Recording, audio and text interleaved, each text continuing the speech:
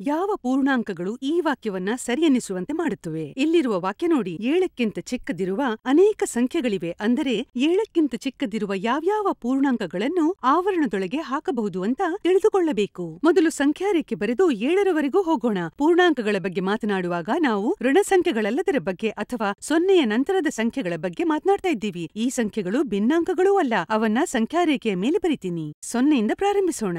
0ಗಿಂತ ಕೆಳಗೆ ಹೋಗ್ಬಹುದು. ಅವು ಋಣ ಸಂಖ್ಯೆಗಳು. ಅವುಗಳ ಬಗ್ಗೆ ನಾವು ಈಗ ಯೋಚಿಸಬೇಕಾಗಿಲ್ಲ. ನಮ್ಮ ಬಳಿ 0, 1, 2, 3, 4, 5, 6, 7 ಇದೆ. ಸ್ವಲ್ಪ ಮುಂದೆ ಹೋಗ್ತೀನಿ. 8, 9. ಇದರರ್ಥ 7ಕ್ಕಿಂತ ಕಡಿಮೆ ಇರೋ ಎಲ್ಲಾ ಸಂಖ್ಯೆಗಳು ನಮಗೆ ಬೇಕು ಅಂತ. ಅದನ್ನ ಹೀಗೆ ಬರೀಬಹುದು. ಈ ಪ್ರಶ್ನಾರ್ಥಕ ಚಿಹ್ನೆ 7ಕ್ಕಿಂತ ಕಡಿಮೆ ಇರುವ ಸಂಖ್ಯೆ. ಈ ಪ್ರಶ್ನಾರ್ಥಕ ಚಿಹ್ನೆಗೆ ಯಾವುದು ಸರಿ ಹೊಂದತ್ತೆ? ಇದಕ್ಕಿಂತ ಚಿಕ್ಕದು ಅಥವಾ ಇದಕ್ಕಿಂತ ದೊಡ್ಡದು ಎಂಬ ಚಿಹ್ನೆಗಳ ಅರ್ಥ ನೆನಪಿನಲ್ಲಿಟ್ಕೊಳ್ಳೋದು ಕಷ್ಟ ಅಲ್ಲ?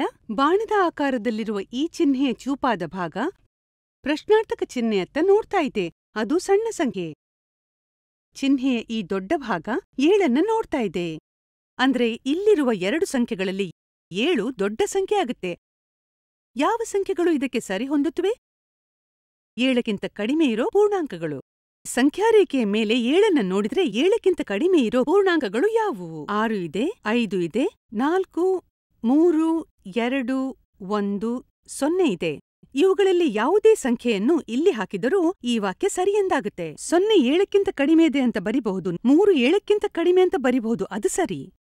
6 7ಕ್ಕಿಂತ ಕಡಿಮೆ ಅಂತ ಬರಿಬಹುದು. ಅದೂ ಸರಿ.